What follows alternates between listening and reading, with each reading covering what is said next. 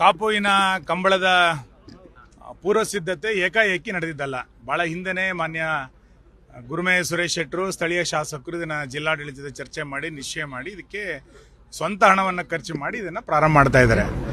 ಇದಕ್ಕೆ ವಿನಾಕಾರಣ ರಾಜಕಾರಣವನ್ನು ಬೆರೆಸುವಂತ ಪ್ರಯತ್ನವನ್ನ ಕಾಂಗ್ರೆಸ್ ಮತ್ತು ಮಾಜಿ ಶಾಸಕರುಗಳು ಮಾಡ್ತಾ ಇರುವಂತದ್ದು ಸರಿಯಲ್ಲ. ಮತ್ತು ಕಂಬಳದಲ್ಲಿ ಇಲ್ಲಿಯ ತನಕ ನಮ್ಮ 2 ಜಿಲ್ಲೆಗಳಲ್ಲಿ ಪಕ್ಷಭೇದ ಮರೆತು, ಜಾತಿ ಭೇದ ಮರೆತು, ವಯಸ್ಸಿನ ಭೇದ ಮರೆತು ಇದರಲ್ಲಿ ಭಾಗವಹಿಸಿದ್ದಾರೆ.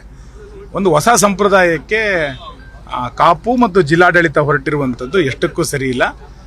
ಇವತ್ತು ದಾನಿಗಳ ಸಹಕಾರದೊಂದಿಗೆ ಮತ್ತು ಸ್ವಂತ ಖರ್ಚಿನೊಂದಿಗೆ ಗುರುಮೇ ಸುರೇಶ್ ಶೆಟ್ಟರು ಈ ಕಂಬಳವನ್ನು ಏನು ಆರಂಭ ಮಾಡಬೇಕು ಅಂತ ಹೊರಟಿದ್ದಾರೆ. ಇದಕ್ಕೆ ಯಾವುದೇ ಆತಂಕವನ್ನು ವ್ಯಕ್ತಪಡಿಸದೆ ಜಿಲ್ಲಾಡಳಿತ ಸಂಪೂರ್ಣವಾಗಿ ಇದಕ್ಕೆ ಸಹಕಾರವನ್ನು ಕೊಡಬೇಕು. ಮತ್ತೊಂದು ನಾನು ಗುದ್ಲಿ ಪೂಜೆಯನ್ನು ಮಾಡ್ತೀನಿ ಅಂತ ಹೊರಟಿರುವಂತಹ ಜಿಲ್ಲಾಡಳಿತ ಇದನ್ನ ಮರುಚಿಂತನೆಯನ್ನು ಮಾಡಬೇಕು ಅಂತ ನಾನು ಆಗ್ರಹಿಸ್ತೇನೆ. ಆಗ ಮಾತಾಡುವಾಗ ಶಾಸಕರು ಹೇಳ್ತಾ ಇದ್ರು ಹಕ್ಕುಚ್ಯುತಿ ಆಗ್ತಾ ಇದೆ, ಕರಾವಳಿಯಲ್ಲಿ ಎಲ್ಲ ವಿಚಾರದಲ್ಲೂ ಹೀಗೆ ಆಗ್ತಾ ಇದೆ. ಅಲ್ಲ, ಒಟ್ಟು ಆಡಳಿತ ಅನ್ನುವಂಥದ್ದು ಇಡೀ ರಾಜ್ಯದಲ್ಲಿ ಕುಸಿದು ಬಿದ್ದಿರೋದು ನಮಗೆ ಖಂಡಿತ ಕಾಣುತ್ತೆ. ಯಾರ ಮಾತನ್ನ ಯಾರೂ ಕೇಳದಲ್ಲೇ ಇರುವಂಥ ಪರಿಸ್ಥಿತಿ ಇವತ್ತು VA ಇಂದ ಹಿಡಿದು ಚೀಫ್ ಸೆಕ್ರೆಟರಿ ತನಕವೂ ಕೂಡ ನಡೆದಿದೆ. ವಿರೋಧ ಪಕ್ಷದ ಶಾಸಕರನ್ನ ಎಲ್ಲ ದಿಕ್ಕಿನಿಂದ ಸದೆಬಡಿಬೇಕು ಅನ್ನುವಂಥ ಒಂದು ಪರೋಕ್ಷವಾದಂಥ ಒಪ್ಪಂದಕ್ಕೆ ಇವತ್ತು ಆಡಳಿತ ಪಕ್ಷದ ಶಾಸಕರು ಅಧಿಕಾರಿಗಳನ್ನು ಬಳಕೆ ಮಾಡ್ಕೊಳ್ತಾ ಇದ್ದಾರೆ. ಕರಾವಳಿ ಮಾತ್ರ ಅಲ್ಲ, ಇಡೀ ರಾಜ್ಯದಲ್ಲಿ ಆ ರೀತಿ BJP ಶಾಸಕರನ್ನ, JDS ಶಾಸಕರನ್ನ ಅನುದಾನ ಕೊಡದೆ ಪ್ರೋಟೋಕಾಲನ್ನು ಉಲ್ಲಂಘನೆ ಮಾಡುವಂಥದ್ದು, ವಿನಾಕಾರಣ ಯಾವುದಾದ್ರು ಕೇಸುಗಳನ್ನು ಹಾಕುವಂಥದ್ದು ಇವೆಲ್ಲವನ್ನೂ ಕೂಡ ಮಾಡ್ತಾ ಇದ್ದಾರೆ. ಯಾರು ಸಂವಿಧಾನ ಅಂತೇಳಿ ಭಾಷಣ ಮಾಡ್ಕೊಂಡು ಹೋಗ್ತಾ ಇದ್ದಾರೋ ಸಂಪೂರ್ಣವಾಗಿ ಸಂವಿಧಾನದ ಉಲ್ಲಂಘನೆಯನ್ನು ಯಾರು ಮಾಡ್ತಾ ಇರೋದು ಅಂತ ಕೇಳಿದ್ರೆ ಇವತ್ತಿನ ರಾಜ್ಯ ಸರ್ಕಾರ, ಇವತ್ತಿನ ರಾಜ್ಯದ ಕಾಂಗ್ರೆಸ್ ನಾಯಕರು. ಬಜೆಟ್ ಬರ್ತಾ ಇದೆ, ಏನು ಕರಾವಳಿ ಏನು ಬೇಡಿಕೆ ಏನಾದರೂ ಹೋಗ್ಸಿದೆ? ಬಜೆಟ್ಟಿನ ಬಗ್ಗೆ ಯಾವುದೇ ನಿರೀಕ್ಷೆಗಳನ್ನು ಇಟ್ಕೊಂಡಿಲ್ಲ. ಇದೊಂದು ನೀರಿನ ಮೇಲೆ ಇರುವಂಥ ಗುಳ್ಳೆ ಅಂತ ಬಜೆಟನ್ನು ನಾನು ವಿಶ್ಲೇಷಿಸ್ತೇನೆ. ನೀರಿನ ಮೇಲೆ ಪೇಪರ್ ದೋಣಿ ಹೋದಾಗ ಎಷ್ಟು ದೂರ ಸಾಗುತ್ತೋ ಅಷ್ಟೇ ರೀತಿಯಾದಂಥ ಅನುದಾನಗಳು ಈ ರಾಜ್ಯ ಸರ್ಕಾರದಿಂದ ಸಿಗಲಿಕ್ಕೆ ಸಾಧ್ಯ ಇದೆ. 3 ವರ್ಷದ ಅವಧಿಯಲ್ಲಿ ಯಾವ ಅನುದಾನವನ್ನು ಕೂಡ ಯಾವ ಜಿಲ್ಲೆಗೂ ಕೊಟ್ಟಿಲ್ಲ, ಕರಾವಳಿಗೆ ಬಿಡಿ, ಯಾವ ಜಿಲ್ಲೆಗೂ ಕೂಡ ಕೊಟ್ಟಿಲ್ಲ. ಸಂಪೂರ್ಣವಾಗಿ ಅಭಿವೃದ್ಧಿಯನ್ನು ಮರೆತಿರುವಂಥ ಸರ್ಕಾರ ಇದು. ಮತ್ತು 2 ವರ್ಷದಲ್ಲಿ ಯಾವುದನ್ನು ಬಜೆಟ್ನಲ್ಲಿ ಘೋಷಣೆ ಮಾಡಿದ್ರೋ ಅದನ್ನು 50% ಅನುಷ್ಠಾನ ಮಾಡಲಿಕ್ಕೆ ಆಗದಲ್ಲೇ ಇರುವಂಥ ಸರ್ಕಾರ. ನಾವು ಅದನ್ನು ಅಧಿವೇಶನದ ಸಂದರ್ಭದಲ್ಲಿ ಚರ್ಚೆ ಮಾಡೋರಿದ್ದೀವಿ. ಹಾಗಾಗಿ ಈ ಸರ್ಕಾರದ ಬಗ್ಗೆ ನಮ್ಗೆ ಯಾವುದೇ ನಿರೀಕ್ಷೆಗಳಿಲ್ಲ. ಆದರೂ ಕೂಡ ನಾವು ಜಿಲ್ಲಾಡಳಿತಕ್ಕೆ ಹೇಳ್ತಾ ಇದ್ದೇವೆ, ಪಶ್ಚಿಮ ವಾಹಿನಿಗೆ ಇಂದಿನ ಎಲ್ಲ ಸರ್ಕಾರಗಳು ಕೂಡ ಪ್ರತಿ ವರ್ಷ 500 ಕೋಟಿ ರೂಪಾಯಿ ಅನುದಾನವನ್ನು ಕೊಡ್ತಾ ಇತ್ತು. ಪ್ರವಾಸೋದ್ಯಮಕ್ಕೆ ವಿಶೇಷವಾದಂಥ ಒತ್ತನ್ನು ಸರ್ಕಾರ ಕೊಟ್ಟಿತ್ತು. ಅದನ್ನು ಮುಂದುವರಿಸಬೇಕು. ಮತ್ತೊಂದು ಮೆಡಿಕಲ್ ಕಾಲೇಜನ್ನು ಸರ್ಕಾರ ನಮ್ಮ ಜಿಲ್ಲೆಯಲ್ಲಿ ಪ್ರಾರಂಭ ಮಾಡಬೇಕು ಅನ್ನುವಂಥ ಮನವಿಯನ್ನು ಈಗಾಗಲೇ ನಾವು ಕೊಟ್ಟಿದ್ದೇವೆ. ಡಿನ್ನರ್ ಮೀಟಿಂಗ್ ಆಗಿದೆ ಮತ್ತು ದೆಹಲಿಗೆ ಪ್ರವಾಸ. ಸಿದ್ದರಾಮಯ್ಯನವರ ಕೊನೆ ಬಜೆಟ್ ಆಗಿದೆ. ಅಲ್ಲ, ಸಿದ್ದರಾಮಯ್ಯನವ್ರದ್ದು ಎಷ್ಟು ದಾಖಲೆಯ ಬಜೆಟ್ಟು, ಅದನ್ನು ದಾಖಲೆನ ಯಾರು ಅಡ್ಡಿ ಮಾಡಬೇಕು ಅನ್ನೋದನ್ನು ಕಾಂಗ್ರೆಸ್ಸೇ ತೀರ್ಮಾನ ಮಾಡಬೇಕು. ಆದರೆ ಇವರ ಕುರ್ಚಿಯ ಕಾದಾಟಕ್ಕೆ ಆಡಳಿತ ವ್ಯವಸ್ಥೆ ಸಂಪೂರ್ಣವಾಗಿ ಇವತ್ತು ಕುಸಿದು ಬಿದ್ದಿದೆ. ಬಜೆಟ್ಟೇ ಸಂಪೂರ್ಣ ಬಹುಮತದಿಂದ ಪಾಸಾಗುತ್ತೆ ಎನ್ನುವಷ್ಟರ ಅನುಮಾನ ಇವತ್ತು ನಿರ್ಮಾಣ ಆಗಿದೆ. ಬಜೆಟ್ ಸಂದರ್ಭದಲ್ಲೇ ಶಾಸಕರುಗಳು ಡೆಲ್ಲಿಗೆ ಹೋಗ್ಬಿಡ್ತಾರಾ ಅಥವಾ ಫಾರಿನಿಗೆ ಹೋದಂಥವ್ರು ಬರಬೇಡಿ ಅಂತ ಇನ್ಯಾರೋ ಸೂಚನೆ ಕೊಡ್ತಾರಾ ಗೊತ್ತಿಲ್ಲ. ಹಾಗಾಗಿ ಬಜೆಟ್ ಸಂಪೂರ್ಣ ಬಹುಮತದೊಂದಿಗೆ ಪಾಸಾಗುತ್ತಾ ಅನ್ನೋದನ್ನು ಮುಖ್ಯಮಂತ್ರಿಗಳು ಸ್ಪಷ್ಟ ಮಾಡಿಕೊಂಡು ನಂತರ ಬಜೆಟ್ ಮಂಡನೆ ಮಾಡೋದು ಒಳ್ಳೆಯದು. 2.5 ವರ್ಷ ಕಳೀತು. ನನ್ನ ಮೇಲೆ ಅಪವಾದ ಮಾಡುವಂಥ ಕಾರ್ಯಕ್ರಮವನ್ನು ನಿರಂತರವಾಗಿ ಮಾಡ್ತಾ ಇದ್ದಾರೆ.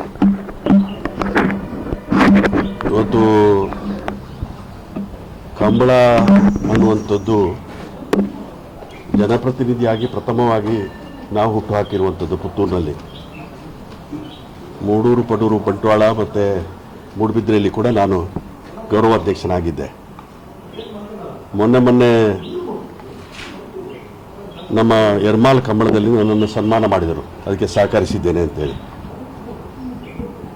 ಕಂಬಳ ನಮ್ಮ ಜಾನಪದ ವೀರ ಕ್ರೀಡೆ. ಇವತ್ತು ಉಡುಪಿ ಕಂಬಳ ಆಗಬೇಕು ಅನ್ನುವಂಥ ಉದ್ದೇಶವನ್ನು ಇಟ್ಟುಕೊಂಡು ಜಿಲ್ಲಾಡಳಿತ ಒಂದು ಜಾಗವನ್ನು ಮಂಜೂರಾತಿ ಮಾಡಿತ್ತು. ಅದು ಯೋಜನೆ ಇಲಾಖೆ ಕೊಟ್ಟಿರುವಂಥ ಜಾಗ. ಅದು ಯಾವುದೇ ದೃಷ್ಟಿಯಲ್ಲಿ ಕೂಡ ಕಂಬಳ ಸಮಿತಿಗೆ ಹಸ್ತಾಂತರ ಆಗಲಿಲ್ಲ. ಅದರಲ್ಲಿ ಕಂಡೀಷನ್ ಷರತ್ತು ಕೂಡ ಇದೆ. ಇವತ್ತು ಹಸ್ತಾಂತರ ಮಾಡಿದರೆ ಮತ್ತು ಯಾರಾದರೂ ಅತಿಕ್ರಮಣ ಮಾಡಿದರೆ ಆ ಜಾಗ ರದ್ದಾಗ್ತದೆ ಅಂತೇಳಿ ಶಾಸಕರೇ ಇವತ್ತು ಅತಿಕ್ರಮಣ ಮಾಡಿಸುವುದರ ಮುಖಾಂತರ 6.5 ಎಕರೆ ಮಾತ್ರ ಅಲ್ಲ, ಸರಳ 13 ಎಕರೆ ಜಾಗವನ್ನು ಅತಿಕ್ರಮಣ ಮಾಡಿ ಫಾರೆಸ್ಟ್ನವರು ಡಿಪಾರ್ಟ್ಮೆಂಟ್ನವರು ಅಲ್ಲಿರುವಂಥ ಮರ ಕಡಿದಕ್ಕೋಸ್ಕರ FIR ಹಾಕಿದ್ದಾರೆ. ನಂತರ ಶಿಲಾನ್ಯಾಸದ ಹೆಸರಿನಲ್ಲಿ ಜಿಲ್ಲಾಧಿಕಾರಿಗಳು ಕೊಟ್ಟಿರುವಂಥ ಸೆಕ್ಷನ್ ಏನಿದೆ ಅದನ್ನು ಉಲ್ಲಂಘನೆ ಮಾಡೋದ್ರ ಮುಖಾಂತರ ಇವತ್ತು ಕಾನೂನು ಪ್ರಕಾರ ಅದನ್ನು ಎದುರಿಸುವಂಥ ಅವಕಾಶ ಆಗಿದೆ. ಇವತ್ತು ನಮ್ಮ ಪ್ರಶ್ನೆ ಇರುವಂಥದ್ದು ಆ ಭಾಗದಲ್ಲಿ ಬಹಳಷ್ಟು ವರ್ಷದಿಂದ ಕೃಷಿಕರಿದ್ದರು. ನನ್ನ ಹತ್ರ ಬಂದಿದ್ದರು, ಈ ರೀತಿ ಕಂಬಳ ಆಗ್ತದೆ ಅಂತ ಹೇಳುವಂಥ ಸಮಯದಲ್ಲಿ ನನ್ನ ಹತ್ರ ಬಂದಿದ್ದರು. ನಾನು ಸಂಬಂಧಪಟ್ಟಂಥ ಅವರಿಗೆ NCR ಆಗಿತ್ತು, ಅವರ ಕಡತ ಮಂಜೂರಾತಿ ಆಗಿತ್ತು, ಇನ್ನೂ ಕೂಡ ಅವರಿಗೆ ಸರಿಯಾದ ರೀತಿ ಹಕ್ಕುಪತ್ರ ಸಿಗಲಿಲ್ಲ. ಕಮಿಟಿಯಲ್ಲಿ ಒಪ್ಪಬಹುದು ಅಂತೇಳಿ ತೀರ್ಮಾನ ಆಗಿದೆ. ಮುಖ್ಯ ಅಲ್ಲ ಇದು, ಅವರು ಸ್ವಾಧೀನ ಮಾಡ್ಕೊಂಡು ಅಲ್ಲಿ ಬಹಳಷ್ಟು 40 ವರ್ಷದಿಂದ ಕೃಷಿ ಮಾಡ್ತಾ ಇದ್ರು. ಅದೇ ರೀತಿಯಲ್ಲಿ ತೆಂಗು ಇದೆ, ಗೇರು ಇದೆ, ತರಕಾರಿ ಬೆಳೆಸ್ತಾ ಇದ್ರು, ಎಲ್ಲ ಬಡ ರೈತರೇ ಇದ್ದಾರೆ. ಅವರು ಈ ರೀತಿ ಸಮಸ್ಯೆ ಆಗ್ತದೆ ಬಂದಾಗ ಸಂಬಂಧಪಟ್ಟಂತ ಅಧಿಕಾರಿಗಳ ತಹಸೀಲ್ದಾರ್ ಇರ್ಬೋದು, AC ಇರ್ಬೋದು, DC ಇರ್ಬೋದು, ಅವರ ಗಮನಕ್ಕೆ ನಾನು ತಂದಿದ್ದೆ. ಆದರೆ ಅವನ್ನೆಲ್ಲವನ್ನು ಕೂಡ ಲೆಕ್ಕಿಸಿ ಏಕಾಏಕಿಯಾಗಿ ಸರ್ವಾಧಿಕಾರಿ ಧೋರಣೆಯಿಂದ ಇವತ್ತು ಅತಿಕ್ರಮಣ ಮಾಡುವಂತ ಕೆಲಸ ಕಾರ್ಯಗಳು ಶಾಸಕರ ನೇತೃತ್ವದಲ್ಲಿ ಇವತ್ತು ನಡೆದಿದೆ. ಅದಕ್ಕೆ ಜಿಲ್ಲೆಯ ಬೇರೆ ಬೇರೆ ಶಾಸಕರು ಕೂಡ ಕೈಗೆ ಜೋಡಿಸಿದ್ದಾರೆ. ಇವತ್ತು ಅದರ ಪ್ರಕಾರ ಕಾನೂನು ಪ್ರಕಾರ ಅವರ ಮೇಲೆ ಇದಾಗಿದೆ. ನಾನು ಹೇಳಿಲ್ಲ ನೀವು ಜಿಲ್ಲಾಡಳಿತದ ಪರ್ಮಿಷನ್ ತಗೊಳ್ಳೋದು ಬೇಡ, ನೀವು ಏಕಾಏಕಿಯಾಗಿ ಖಾಸಗಿ ಹೋಟ್ಲಲ್ಲಿ ನಿಮ್ಮ ಪಕ್ಷದ ಮೀಟಿಂಗ್ ಮಾಡಿ ತೀರ್ಮಾನ ಮಾಡಿ ಅಂತ ನಾನೇನು ಹೇಳಿಲ್ಲ. ಇವತ್ತು ಅವರೇ ಮಾಡಿಕೊಂಡು ಇಂಥ ಅತಿಕ್ರಮಣ ಮಾಡ್ಕೊಂಡಿದ್ದಾರೆ. ಸ್ವಯಂ ಪ್ರೇರಿತ ಅಪರಾಧ. ಅದನ್ನು ನಮ್ಮ ಮೇಲೆ ಇವತ್ತು ತರುವಂಥದ್ದು ಎಷ್ಟು ಸೂಕ್ತ? ಪ್ರತಿಯೊಂದು ಹಂತದಲ್ಲಿ ಕೂಡ ಪೆರಡೂರಲ್ಲಿ ದೇವಾಲಯದ ಕೆಲಸ ಮಾಡುವಾಗ ಅವರೇ ಹೋಗಿ ಕೋರ್ಟಿಗೆ ಹೋಗಿ ಸ್ಟೇ ತಂದು ನಿಲ್ಲಿಸ್ತಾರೆ. ಬಡವರಿಗೆ ಹಕ್ಕುಪತ್ರ ಕೊಡಬೇಕು ಅಂತ ಹೇಳುವಾಗ ಅರ್ಜಿ ಕೊಟ್ಟಂತ ಸಮಯದಲ್ಲಿ ನಮ್ಮ ಹತ್ರ ಬರ್ತಾರೆ ಬಹಳಷ್ಟು ಜನ. ಇವತ್ತು ನಾವು ಮಾಜಿ ಶಾಸಕರಾಗಿದ್ರು ಕೂಡ 2 ಸಲ ಸೋತಿದ್ದೇವೆ. ಆದರೂ ಕೂಡ ಜನಸೇವೆ ಮಾಡುವಂಥದ್ದು ನಮ್ಮ ಕರ್ತವ್ಯ. ಇವತ್ತು ಅಂತ ಅರ್ಜಿ ಕೊಟ್ಟರೆ ಸಂಬಂಧಪಟ್ಟ ತಹಸೀಲ್ದಾರ್ ಮೇಲೆ ಹಕ್ಕುಚ್ಯುತಿ ತರ್ತಾರೆ. ಸರ್ಕಾರದಿಂದ ಒಂದು ನಯಾ ಪೈಸೆ ಬರಲಿಲ್ಲ, 1 ರೂಪಾಯಿ ಬರಲಿಲ್ಲ ಅಂತ ಹೇಳಿಕೆ ಕೊಡ್ತಾರೆ. ದಿವಸ ನೋಡಿದ್ರೆ ಶಂಕುಸ್ಥಾಪನೆ ಮಾಡ್ತಾರೆ, ಫೋಟೋ ಇದೆ, ಕೈಯಿಂದ ಕೊಡ್ತಾರೆ ಹಣ. ಎಲ್ಲವನ್ನು ಕೂಡ ಒಂದು ವ್ಯಾಪಾರಿ ದೃಷ್ಟಿಯಲ್ಲಿ ನೋಡೋದನ್ನು ಬಿಡಬೇಕು ಶಾಸಕರು. ಅವ್ರ ಮೇಲೆ ಹಿಂದೆ ಅವರು ಆಫೀಸ್ ಹಾಕಿದ್ರು. ಬಳ್ಳಾರಿಯಲ್ಲಿ ಇದ್ದಂಥ ಕೇಸಿನ ಬಗ್ಗೆ 83 ಕೋಟಿ 420 ಕೇಸ್ ಇತ್ತು ಅವ್ರ ಮೇಲೆ.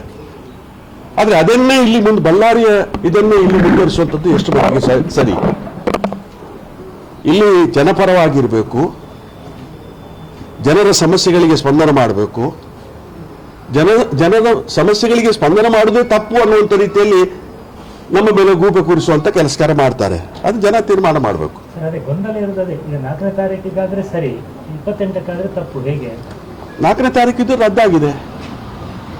4ನೇ ತಾರೀಕು ನಾವು ಜಿಲ್ಲಾಡಳಿತ ಒಂದ್ಸಲ 4ನೇ ತಾರೀಕು ಎಲ್ಲರನ್ನು ಒಟ್ಟು ಸೇರಿಸಿ ಮಾಡಬೇಕು ಅನ್ನುವಂಥ ರೀತಿಯ ತೀರ್ಮಾನ ಕೈಗೊಂಡಿತ್ತು. ನಂತರ ಇಂಥ ಸಮಸ್ಯೆಗಳಿದೆ ಅಂತ ಹೇಳಿದಂಥ ಸಮಯದಲ್ಲಿ ಅದನ್ನು ರದ್ದು ಮಾಡಿದ್ದಾರೆ. ತಮ್ಗೆ ಆಗುತ್ತೆ ಸರ್ ಇದು ಅತಿಕ್ರಮಣ ಜಾಗದ ಸಮಸ್ಯೆ ಬಗ್ಗೆ ತಮ್ಗೆ ಯಾವಾಗ ಗೊತ್ತಾಯ್ತು ಅಂತ? ನನಗೆ ಮೊದಲೇ ಗೊತ್ತಾಗಿತ್ತು, ಸಂಬಂಧಪಟ್ಟಂತ ಅಧಿಕಾರಿಗಳಿಗೆ ಗಮನಕ್ಕೆ ತಂದಿದ್ದೆ. ಆದರೆ ಅವರು ಅಷ್ಟೊಂದು ಗಮನಕ್ಕೆ ತಗೊಂಡಿಲ್ಲ ಆಯ್ತು ಅದನ್ನ. ನಂತರ ನಾನು ಪುನಃ ಮನದಟ್ಟು ಮಾಡುವಂತ ಕೆಲಸ ಮಾಡಿದೆ. ಈ ರೀತಿ ಇದೆ, ಸಮಸ್ಯೆ ಇದೆ ಅಂತ ಹೇಳಿ. ಏನ್ ಮಾಡಬೇಕು? ಉಡುಪಿ ಕಂಬಳ ಅಲ್ಲಿ ಆಗಬೇಕು. ಉಡುಪಿ ಕಂಬಳ ಆಗಬೇಕು. ತಾವೇ ನನ್ನ ಹತ್ರ ಪತ್ರಕ್ಕೆ ತಾವು ಮಾಧ್ಯಮದವರು ಪ್ರಶ್ನೆ ಕೇಳ್ತಾ ಇದ್ದೀರಿ, ಅದರಲ್ಲಿ ಆ ಗುಡ್ಡದಲ್ಲಿ ಮಾಡ್ಲಿಕ್ಕೆ ಆಗ್ತದಾ, ನೀರೆಲ್ಲಿಂದ ತರ್ತೀರಿ ಅಂತ ಪ್ರಶ್ನೆ ಕೇಳ್ತೀರಿ. ಈ ಪ್ರಶ್ನೆ ಮೊದಲೇ ಉತ್ತರ ಹುಡುಕಬೇಕಾಗಿತ್ತು ಶಾಸಕರು. ಉಡುಪಿ ಕಂಬಳ ಆಗ್ಬೇಕಂತ ಹೇಳ್ತೀರಿ, ಎಲ್ಲಿ ಆಗ್ಬೇಕು? ಅಲ್ಲೇ ಆಗ್ಬೇಕಂತ ಹೇಳ್ತೀರಾ ಅಥವಾ ಬೇರೆ ಕಡೆ ಆಗ್ಬೇಕಂತ ಹೇಳ್ತೀರಾ? ಅಲ್ಲಿ ಸರಿಯಾದ ರೀತಿಯ ಪರಿಹಾರವನ್ನು ಕಂಡುಕೊಂಡು ಎಲ್ಲರನ್ನು ವಿಶ್ವಾಸಕ್ಕೆ ತಗೊಂಡು ಮಾಡುವಂತ ಕೆಲಸ ಕಾರ್ಯ ಆಗ್ಬೇಕಲ್ಲ. ಅದನ್ನು ಮಾಡಲಿ, ಜಿಲ್ಲಾಡಳಿತ ಮಾಡಲಿ. ವಿಶ್ವಾಸಕ್ಕೆ ತಗೊಂಡಿಲ್ಲ ಅನ್ನೋ ನೋವಲ್ಲಿ ಇದು ಆಗ್ತಾ ಇದೆಯಾ? ನಮ್ಮನ್ನು ಬಿಡಿ, ನಾವು ಮಾಜಿ ಶಾಸಕರು, ನಮ್ಮನ್ನ ಯಾವ ವಿಚಾರದಲ್ಲಿಯೂ ಕೂಡ ವಿಶ್ವಾಸಕ್ಕೆ ತಗೊಳ್ಳೋದಿಲ್ಲ ಅವರು. ಕನಸಲ್ಲಿ ಕೂಡ ನಾನು ವಿನಯ್ ಕುಮಾರ್ ಕಾಣ್ತೇನೆ. ಅವರಿಗೆ ರಾತ್ರಿ ಮಲಗಿದಾಗ ಕನಸಿನಲ್ಲಿ ಕೂಡ ನಾನು ಕಾಣ್ತೇನೆ. ಅವರಿಗೆ ನನ್ನ ಜಪ ಮಾಡೋದಿದ್ರೆ ಅವತ್ತು ಅವರಿಗೆ ಮೋಕ್ಷ ಸಿಗುವುದಿಲ್ಲ. ಆ ರೀತಿ ಇದೆ. ಬರುವ ಏಪ್ರಿಲ್ 25ಕ್ಕೆ ರಾಜ್ಯ ಕಮಲ ಸಮಿತಿ ದೇವಪ್ರಸಾದ್ ಶೆಟ್ಟಿ ಅವರ ನೇತೃತ್ವದಲ್ಲಿ ರಾಜ್ಯ ಕಮಲ ಸಮಿತಿಯವರು 25ಕ್ಕೆ ಇಲ್ಲಿ ಕಮಲ ಅಂತೇಳಿ ಡೇಟ್ ಕೊಟ್ಟಿದ್ದಾರೆ. ಅವರು ಡೇಟ್ ಕೊಡಬೇಕು. ಅವರು ಅನುಮೋದನೆ ಕೊಟ್ಟ ಮೇಲೆ ನಾವು ಇಲ್ಲಿ ಕಮಲಕ್ಕೆ ಡೇಟ್ ಫಿಕ್ಸ್ ಮಾಡ್ತೀವಿ. ಹಾಗಾಗಿ ಇವತ್ತು ಮುಹೂರ್ತ ಅಂತ ಫಿಕ್ಸ್ ಮಾಡಿದ್ವಿ. ನಿನ್ನೆ ರಾತ್ರಿ ವಿನಯ್ ಕುಮಾರ್ ಸೋರಕೆ ಅವರು ಒಂದು ಪೋಸ್ಟರ್ನ ಬಿಡುಗಡೆ ಮಾಡ್ತಾರೆ. ಕಳಿಸಿ ನಾಡ್ದು 4ನೇ ತಾರೀಕಿಗೆ ಇಲ್ಲಿ ಗುದ್ದಲಿ ಪೂಜೆ ಮತ್ತು ಶಂಕುಸ್ಥಾಪನೆ ಅಂತೇಳಿ ಅವರು ಇದು ಮಾಡ್ತಾರೆ. ನಾವು ಇವತ್ತೇ ಯಾಕೆ ಮಾಡಿದ್ವಿ ಅಂತ ಅವ್ರಿಗೆ ಹೇಳಿದೆ, ನಾನು ಪರಿಪರಿಯಾಗಿ ಹೇಳಿದೆ. ಮುಹೂರ್ತ ಬ್ರಾಹ್ಮಣರು ಕೊಟ್ಟಂತ ಮುಹೂರ್ತ ನೋಡ್ಕೊಂಡೆ ನಾವು ಭೂಮಿ ಪೂಜೆ ಮಾಡಬೇಕಾಗ್ತದೆ. ಭಾಳ ದೊಡ್ಡ ಕೆಲಸ, ಸುಮಾರು 2 ಕೋಟಿ ರೂಪಾಯಿ ಖರ್ಚಾಗುವಂಥದ್ದು. ಈಗಲೇ 60 ಲಕ್ಷ ರೂಪಾಯಿ ನಾವು ನಮ್ಮ ಸ್ನೇಹಿತರು ಸೇರಿ ಖರ್ಚು ಮಾಡಿದ್ದೀವಿ. ಹಾಗಾಗಿ ಇನ್ನು ಸಮಯ ಇಲ್ಲ ಅಂತ ಹೇಳಿದೆ. ಆಮೇಲೆ ನೀವು ಹೇಳಿದ್ದು ಮೊನ್ನೆ ಒಂದು 3 ಅಂಗನವಾಡಿ ಕೇಂದ್ರ ಇತ್ತು. ಮೇಡಮ್ ಅವರೇ ಹೇಳಿದ್ದಾರೆ, ಶಾಸಕರನ್ನ ಹೋಗಿ ಅವ್ರ ಕಡೆಯಿಂದ ಗುದ್ದಲಿ ಪೂಜೆ ಮಾಡಿ ಇನಾಗ್ರೇಷನ್ ಮಾಡಿಸಿ ಅಂತ ಹೇಳಿದ್ದಾರೆ. ಮೊದಲನೇ ರಾತ್ರಿ ಫೋನ್ ಮಾಡಿ ಅವರು ಅಧಿಕಾರಿಗಳು ಬರ್ತಾರೆ, ಮೇಡಮ್ ಬೇಡ ಅಂತ ಹೇಳಿದ್ರು ಅಂತೇಳಿ ಅವತ್ತು ಊರು ತುಂಬ ಪೋಸ್ಟರ್ ಹಾಕಿದ್ದಾರೆ. 1 ತಿಂಗಳು ಮುಂಚೆ ಇಲ್ಲಿ ಅಂಜಾರಲ್ಲಿ ಒಂದು ಕಾರ್ಮಿಕ ಭವನ 5 ಕೋಟಿ ರೂಪಾಯಿ ವೆಚ್ಚದ ಕಾರ್ಮಿಕ ಭವನ, ಅಲ್ಲಿ ನಾನು ಸಂತೋಷ್ ಲಾಡ್ ಅವರಿಗೆ ಹೋಗಿ ಹೇಳ್ತೇನೆ, ಅಣ್ಣ ನೀವೊಂದು ಸ್ವಲ್ಪ ಬರಬೇಕು. ನನ್ನ ಹಳೆಯ ಸ್ನೇಹಿತರವರು, ಬಳ್ಳಾರಿಯಲ್ಲಿದ್ದಾಗ ನನ್ನ ಸ್ನೇಹಿತರವರು, ಅವರಿಗೆ ನಾನು ಹೇಳಿದೆ ಈ ಥರ ನೀವು ಬರಬೇಕು, ಒಂದು ಗುದ್ದಲಿ ಪೂಜೆ ಬರಬೇಕು. ನೀವು ಮಾಡಿ ಗುದ್ದಲಿ ಪೂಜೆ ಬರೋದಿಲ್ಲ, ನಾನು ಇನಾಗ್ರೇಷನ್ಗೆ ಬರ್ತೀನಿ ಅಂತ ಮಾತನ್ನು ಹೇಳ್ತಾರೆ. ಹಾಗಾಗಿ ರೆಡಿ ಆಗುವಾಗ ಮೊದಲನೇ ರಾತ್ರಿ ಮೇಡಮ್ ಫೋನ್ ಮಾಡಿ ಹೇಳ್ತಾರೆ, ಲಕ್ಷ್ಮೀ ಹೆಬ್ಬಾಳ್ಕರ್ ಅವರು ಫೋನ್ ಮಾಡಿ ಹೇಳ್ತಾರೆ, ಇಲ್ಲ ನೀವು ಅದನ್ನು ಮುಂದಾಕಿ ಅಣ್ಣ, ಇಷ್ಟವರೆಗೆ ಅದು ಇದಾಗಿಲ್ಲ ಹಾಗೆ ಅಂತ ಹೇಳ್ತಾರೆ. ಹೀಗೆ ಪದೇ ಮತ್ತೆ ಮೊನ್ನೆ ರಾತ್ರಿ ಫೋನ್ ಮಾಡಿದರು. ಫೋನ್ ಮಾಡಿ DC ಅವ್ರು ಫೋನ್ ಮಾಡಿ ಹೇಳಿದ್ರು ನಾನು ಹೇಳಿ ಮೇಡಮ್ ಈ ಥರ ಅದು ಮುಹೂರ್ತ ಮಾಡಿ ಆ ಮುಹೂರ್ತದಲ್ಲೇ ಕೆಲಸ ಆಗಬೇಕು. ನಾವೆಲ್ಲ ಹಿಂದೂ ಸಂಸ್ಕೃತಿಯನ್ನು ನಂಬಿಕೊಂಡು ಬಂದಿರತಕ್ಕಂಥ ಜನ, ಹಾಗೆ ಮುಹೂರ್ತದಲ್ಲೇ ಮಾಡ್ತಕ್ಕಂಥ ವ್ಯವಸ್ಥೆ ಅದು ಆಗಿದೆ. ಆಮೇಲೆ ಅನಂತರದಲ್ಲಿ ಈ ಕಮಲ ಉದ್ಘಾಟನೆಗೆ ಇವ್ರನ್ನೆಲ್ಲ ನಾವು ಕರಿತೀವಿ. ಆಮೇಲೆ 6.5 ಎಕರೆ ಇದನ್ನು ನಾವು DC ಗೆ ಏನು ಹೇಳಿದ್ವಿ, ಒಂದು ಕಮಲ ಮಾಡಬೇಕಂತ ಆಸೆ ಇದೆ ಮೇಡಮ್, ಪಾಪ ಒಳ್ಳೆ ಹೆಲ್ಪ್ ಮಾಡಿ ಅಧಿಕಾರಿಗಳೆಲ್ಲ ಸಹಾಯ ಮಾಡಿದ್ದಾರೆ, ನಮಗೆ ಎಲ್ಲ ಅಧಿಕಾರಿಗಳು ಸಹಾಯ ಮಾಡಿದ್ದಾರೆ. ಅವರು ಭಾಳ ಖುಷಿಯಿಂದ ಕೊಟ್ಟು ಇಲ್ಲೊಂದು 6.5 ಎಕರೆ ಜಾಗ ಇದೆ, ಕುಮ್ಕಿ ಭೂಮಿ ಇದೆ, ಅಲ್ಲಿ ಮಾಡ್ಕೊಂಡಿದ್ದು 6 ಎಕರೆ 30 ಸೆಂಟ್ ಜಾಗನ ಇಲ್ಲಿ ಕೊಟ್ಟಿದ್ದಾರೆ. ಅವರು ಕೊಟ್ಟು ಇವತ್ತು ಭೂಮಿ ಪೂಜೆ ಮಾಡ್ಬೇಕಂತ ಹೇಳಿ ನಿನ್ನೆ ಏಕಾಏಕಿ ರಾತ್ರಿ ಒಂದು ಪೋಸ್ಟರ್ ಬಿಡುಗಡೆ ಮಾಡ್ತಾರೆ. ನೀವು ನೋಡಿರ್ಬೋದು ಉದ್ದ. ನಾವು ಅಲ್ಲಿ ವಿನಯ್ ಕುಮಾರ್ ಸೋರಕೆ ಅವರು ಬ್ಯಾನರ್ ಹಾಕಿದ್ವಿ, ಲಕ್ಷ್ಮೀ ಹೆಬ್ಬಾಳ್ಕರ್ ಬ್ಯಾನರ್ ಹಾಕಿದ್ವಿ, ಮಂಜುನಾಥ್ ಭಂಡಾರಿ ಬ್ಯಾನರ್ ಹಾಕಿದ್ವಿ, ಗಪೂರ್ ಅವರು ಬ್ಯಾನರ್ ಹಾಕಿದ್ವಿ. ಅನಂತರದಲ್ಲಿ ಮಂಜುನಾಥ್ ಪೂಜಾರಿ ಅವರು, ನಮ್ಮ ನಾರಾಯಣ ಗುರು ಅಭಿವೃದ್ಧಿ ನಿಗಮದ ಅಧ್ಯಕ್ಷರು, ಅವರು ಬ್ಯಾನರ್ ಹಾಕಿದ್ವಿ. ಹಾಗೆ ಕಮಲ ಅನ್ನೋಂಥದ್ದು ಅದೊಂದು ಉತ್ಸವದ ರೀತಿಯಲ್ಲಿ ಪಕ್ಷಾತೀತವಾಗಿ ಜಾತ್ಯತೀತವಾಗಿ ನಡೀತಕ್ಕಂಥ ವ್ಯವಸ್ಥೆ ಎಲ್ಲ ಕಡೆ. ಅಲ್ಲಿ ಈಗ ನರಂಗಾನದಲ್ಲಿ ಈಗ ಯುಟಿ ಖಾದರ್ ಅವರು ಅಲ್ಲಿ ಅಧ್ಯಕ್ಷರು. ಮೊದಲು ಸಂಜೀವ ಮಠಂದೂರು ಪುತ್ತೂರಲ್ಲಿ ಅಧ್ಯಕ್ಷರಾಗಿದ್ದರು. ಈಗ ಸನ್ಮಾನ್ಯ ಅಶೋಕ್ ಕುಮಾರ್ ರೈ ಅವರು ಈಗ ಅಧ್ಯಕ್ಷರು. ಮೊದಲು ಗೋಪಾಲ್ ಭಂಡಾರಿ ಅವರು ಕಾರ್ಕಳದಲ್ಲಿ ಕಮಲ ಪ್ರಾರಂಭ ಮಾಡ್ತಾರೆ. ಅವರು ಹೋದ ನಂತರ ಈಗ ಸುನಿಲ್ ಕುಮಾರ್ ಅವರು ಅದರ ಅಧ್ಯಕ್ಷರು. ಅಭಯ್ ಚಂದ್ರ ಜೈನ್ ಅವರು ತುಂಬ ಕಷ್ಟಪಟ್ಟು ಮೂಡಬಿದಿರೆ ಕಂಬಳವನ್ನು ಅವರು ಪ್ರಾರಂಭ ಮಾಡ್ತಾರೆ. ಈಗ ಮೊನ್ನೆ ನೀವು ನೀವೆಲ್ಲ ಹೋಗಿದ್ದೀರಿ ಅಲ್ಲಿಗೆ, ನಮ್ಮ ಉಮಾನಾಥ್ ಕೋಟೆಯನ್ನು ಅವರ ಅಧ್ಯಕ್ಷರು. ಇದು ಪರಂಪರೆ ಎಲ್ಲರೂ ಸೇರ್ಕೊಂಡು. ಆದರೆ ಇಲ್ಲಿ ಯಾಕೆ ಈ ಥರ ರಾಜಕೀಯ ಬರೋದು ಗೊತ್ತಾಗ್ತಿಲ್ಲ. ಕಾಪು ಕ್ಷೇತ್ರ ಅಂತಲ್ಲ, ಇದು 2 ಜಿಲ್ಲೆಯಲ್ಲಿ ಕೂಡ ಪ್ರತಿ ಕಡೆ ತುಂಬ ರಾಜಕೀಯ ಆಗ್ತದೆ. ಯಾವುದು 1 ರೂಪಾಯಿ ಅನುದಾನ ಬರ್ತಾ ಇಲ್ಲ. ಭಾಳ ದುಃಖದಿಂದ ಹೇಳ್ತಿದ್ದೀನಿ. ಬಹುಶಃ ನಾವೆಲ್ಲ ರಾಂಗ್ ಟೈಮಲ್ಲಿ MLA ಆಗಿದ್ದೀವಿ ಅಂತ ಅನಿಸ್ತದೆ. ಸರ್ಕಾರ ಇಲ್ಲ ಅಂದಾಗ ಇಷ್ಟು ಹಿಂಸೆ ಆಗುತ್ತೆ ನನಗೆ ಗೊತ್ತಿರಲಿಲ್ಲ. ನಾವು ಒಂದು ಜನಸೇವೆ ಮಾಡಬೇಕು ಅನ್ನುವಂಥ ನಿಟ್ಟಿನಲ್ಲಿ ಒಂದು ಒಳ್ಳೆಯ ಹೆಸರು ಕೊಡಿಸ್ಕೊಳ್ಬೇಕು ಅಂತೇಳಿ ನಾವು ರಾಜಕೀಯ ಬಂದಿರತಕ್ಕಂಥದ್ದು. ಆದರೆ ಇದು ಎಷ್ಟೊಂದು ಸಹಿಸ್ಕೊಳ್ಳೋಣ. ನಿಖರ ಸುದ್ದಿ, ಸದಭಿರುಚಿಯ ಕಾರ್ಯಕ್ರಮ. ನೀವು ನೋಡ್ತಾ ಇದ್ದೀರಾ ಕಹಳೆ ನ್ಯೂಸ್, ಸಮಾಜದ ಜಾಗೃತಿಗಾಗಿ ವಸ್ತುನಿಷ್ಠ ವರದಿ.